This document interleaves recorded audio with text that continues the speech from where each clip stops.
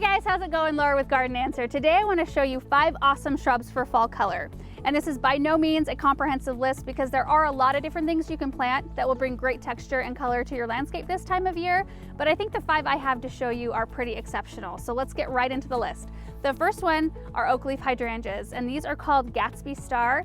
And the reason why I love Oakleaf hydrangeas so much is that they just give so much back in terms of interest throughout the year. So not only do you get the beautiful hydrangea blooms throughout the summer, but you also get the Oakleaf shaped foliage that is beautiful deep green in the summertime, and then it turns this vivid bright red in the fall. So the blooms on the Gatsby Star are really unique. So the panicles come out and they're huge and beautiful white, and each floret is double, and then each individual petal, instead of being rounded, they're pointed. So they look like stacked stars. They're just a really different, beautiful looking hydrangea.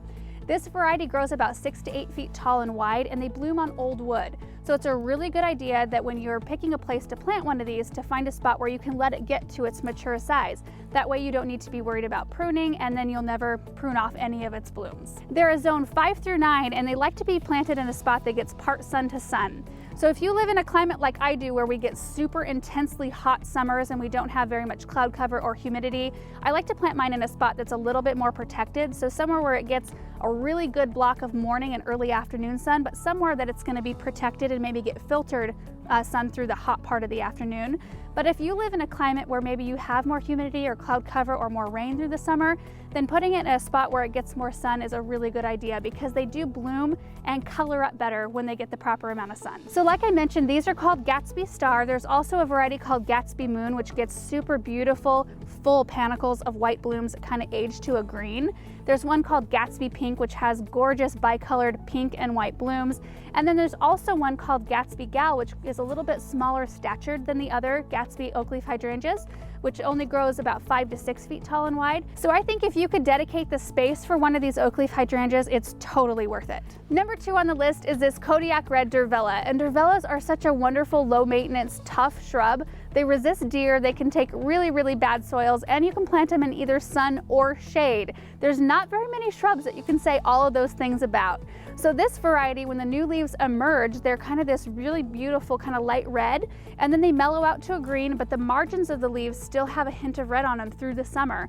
And then they turn to this beautiful, vivid red in the fall. I mean, look at this. Isn't that absolutely gorgeous?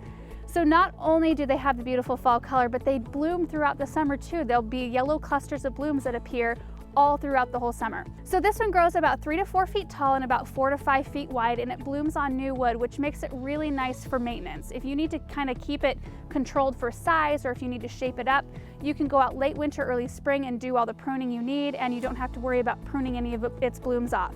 It'll still bloom. And also the blooms attract bees, butterflies, and hummingbirds. So these are a zone 4 through 7. I garden in a zone 5, so it always makes me feel good to be planting things that are even tougher than they need to be to survive the winters where I live. And then, like I mentioned before, they can be planted in either sun or shade, but they do color up better and produce more flowers if they're in a little bit more sun. And the last thing about these that I think is kind of interesting is that they're oftentimes called a bush honeysuckle. And although they are related to the honeysuckle, their flowers aren't fragrant, but more importantly, they are not invasive. So they're a safe plant to plant anywhere. Third on the list is the Yuki cherry blossom deutzia, and this one's starting to color up really nicely. So they're a beautiful medium green throughout the season, and then they turn this burgundy red in the fall. And not only that, they bloom in the spring, and their blooms are kind of this white pink bell-shaped flower. It's really hard to compare them to anything else because they're so unique and so gorgeous. They only grow about 1 to 2 feet tall and wide, which makes them super easy to fit in anywhere in your garden. And they bloom on old wood, which the overall size of this plant at maturity makes it really easy to not have to prune. So you don't really have to worry about cutting your next year's blooms off, because they stay so small and petite that most of the time you don't have to prune on them at all. They're a zone 5 through 8, and they like to be planted in a spot that gets part sun to sun. And something that I thought was interesting about these is that because of the number and the arrangement of their flower parts, they're actually botanically related to hydrangeas. They're like cousins. Number 4 is this little Henry Itea, also called a sweetspire. This is another one of those shrubs that's super versatile. You can plant them in sun or shade, and they can tolerate various different soil types. So they can tolerate really wet, moist, kind of soggy situations, but once they're established, they can also tolerate drier situations as well. And they're not fussy about soil pH, which is really great for me because we deal with high pH in my area. So we're always looking out for shrubs that can handle those higher numbers. So the leaves start off green, and then the plant starts to bloom early summer, and the blooms are really long bottle brush looking white flowers that are fragrant. I think they're really sweet.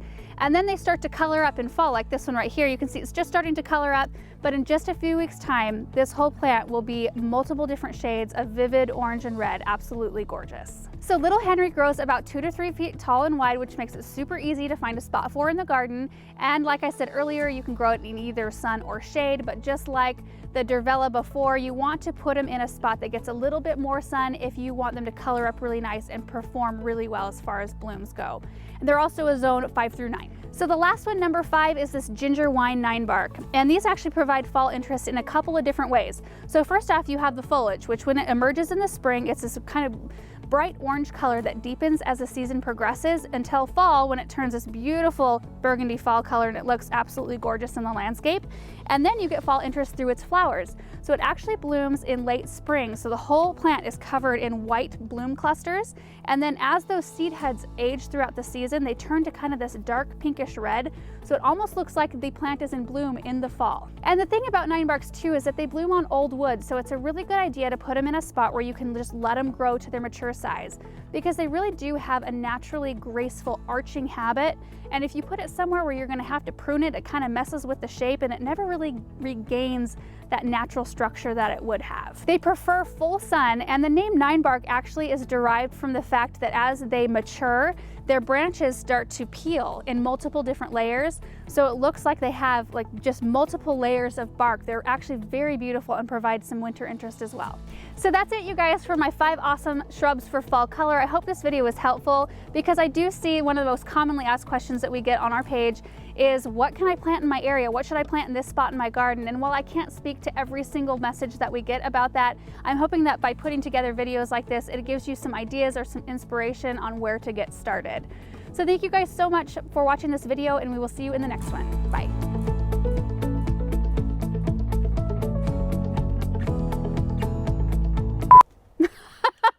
You don't want to change anything because it's set right. Okay. Okay. Like, let me change the tripod quick to prove a point. You need to do that more. Okay. Okay.